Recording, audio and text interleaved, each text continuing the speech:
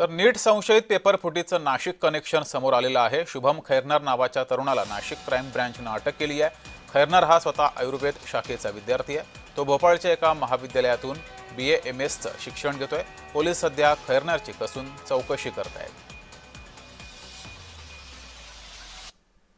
Nashik police crime branch unit 2 ने एक व्यक्ति को हिरासत में लिया है। राजस्थान पुलिस फाइल पथक यहाँ पे आने वाला है इस एक्यूज को हिरासत में लेने के लिए। अकॉर्डिंगली इस एक्यूज को उनके हिरासत में ले लिया जाएगा। तर नीटची परीक्षा रद्द झालेली आहे। आता पुढे काय ते पाहूयात। 3 मे 2026 रोजी घेतलेली नीटची परीक्षा रद्द झाली आहे।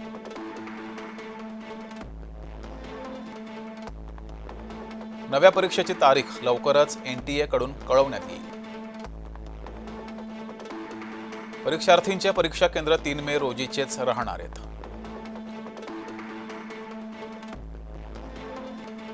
विद्यार्थ्यांना आता पुन्हा नव्यानं रजिस्ट्रेशन करण्याची गरज नाहीये।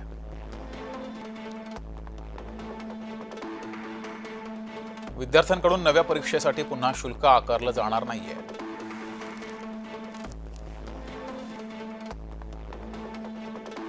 आता नव्या परीक्षेसाठी नवं ओळखपत्र देखील द्यावं लागणार नाहीये। विद्यार्थी पालकांनी केवळ NTA सूचनांकडे लक्ष देण्याचं आवाहन मात्र करण्यात आलंय। पेपर फुटीची CBI कडून चौकशी होणार आहे।